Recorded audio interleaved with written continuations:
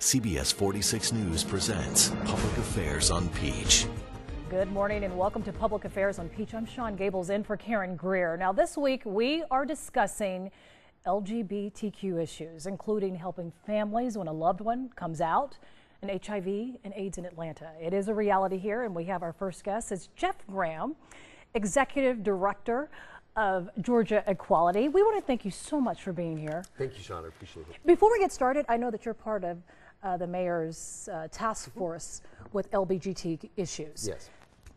Is this, I'm going to be a critic here, but is this really just an agency created in name, or do you really think you're going to accomplish something? I think we will accomplish something, and it's actually one segment of a broader agency that's looking at diversity and inclusion across the city and across city programs. Have you guys met yet? We have not met yet, but certainly I'm looking forward to meeting, looking forward to the work. I'm excited to work with this mayor, and I think that her diversity and inclusion initiatives are going to really be fantastic. Has any sort of benchmarks been set for what they hope you guys will accomplish with this group? I think that the group is there to advise her on setting what those benchmarks should be. Atlanta has long been a beacon of hope for the LGBT community, not just throughout the state of Georgia, but frankly throughout the region.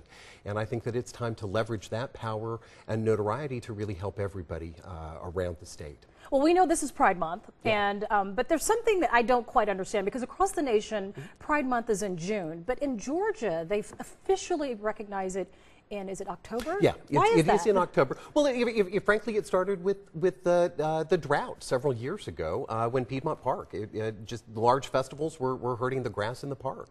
And so they've changed rules and regulations. For a while, Pride couldn't even be in Piedmont Park, but luckily the city welcomed Pride back. It just has to be in October, which frankly is not a bad idea. Temperature-wise? In addition to having a little bit more humane temperatures, right. Pride is now anchored around Coming Out Day, and really the whole history of Pride and the significance it has for so many of our lives is that coming out process. And so frankly, I think anchoring it around National Coming Out Day is a great time to celebrate Pride. Let's go back to Georgia Equality, the agency that you've been involved with for less than 10 years, about 10 years. 10 years. I know that you're very involved in legislation, and there was recently a bill in the state that would give faith-based adoption agencies the ability to block placing children with families that did not quite conform with their religious beliefs.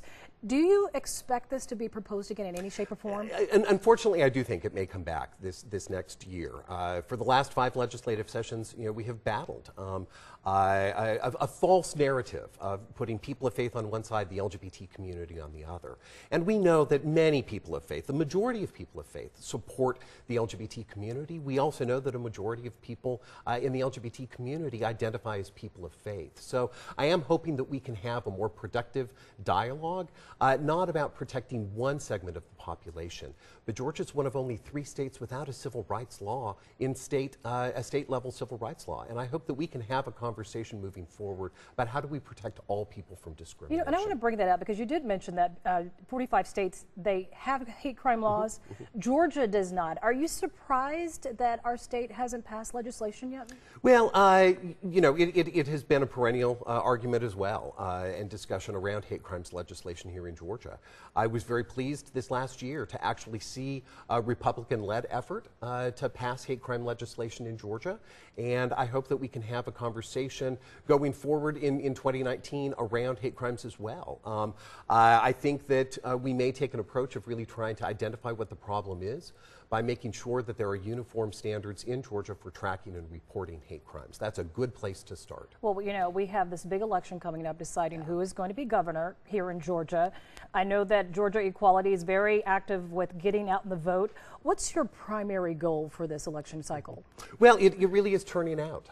It is notorious, the number of people who will vote in presidential election years, because there's so much attention to that, but don't realize the significance of state elections. In addition to a governor, it's lieutenant governor, it's all the, frankly, state constitutional offices, as well as the entire House, the entire Georgia Senate, and all of our members of Congress. So there are reasons for people around the state to come out, learn about the issues, learn about the candidates, realize that these are the men and women that actually have the most power over people's day-to-day lives. That's the message we're going to be taking out to the streets, and I'm hoping we can have record turnout in November. So who have you put your organization, who are you putting your endorsement behind you. Is it Stacey Abrams? We have endorsed Stacey Abrams. We endorsed her in the primary. Why We're so? proud to support Why her. so? Well, she's been a longtime champion of the LGBT community. We worked with her down as minority leader, helping to craft legislation, helping to craft strategies to keep anti-LGBT bills from passing here in Georgia. We believe in her vision of economic strength, of Medicaid expansion, and of creating a state where all people can live, work, and be equal. Georgia is a red state. Can you not be a Republican and still support the mission behind LGBT communities? Yes, you actually can. And in fact, that's where we've seen some of the biggest growth and change of attitudes over the last few years. Like I said earlier, we had a Republican-led effort on hate crimes legislation this year. That's the first time that that has happened. And the Republicans behind that effort were very clear that they wanted to make sure that lesbian, gay, bisexual, and transgender folks were all protected under that law. We have seen in the past when we've introduced legislation to protect state employees against discrimination based on sexual orientation and gender identity, that we've had 19 Republicans that have co-sponsored that. So attitudes are changing. Okay, well, Jeff Graham with Georgia Equality, we definitely appreciate your time. Thank you so much. The Republicans are certainly hoping that you might change from Stacey Abrams. That's on you, not me. All right, we're just starting with this edition of Public Affairs on Peach. When we return, an organization that helps families when a loved one comes out. We'll be right back.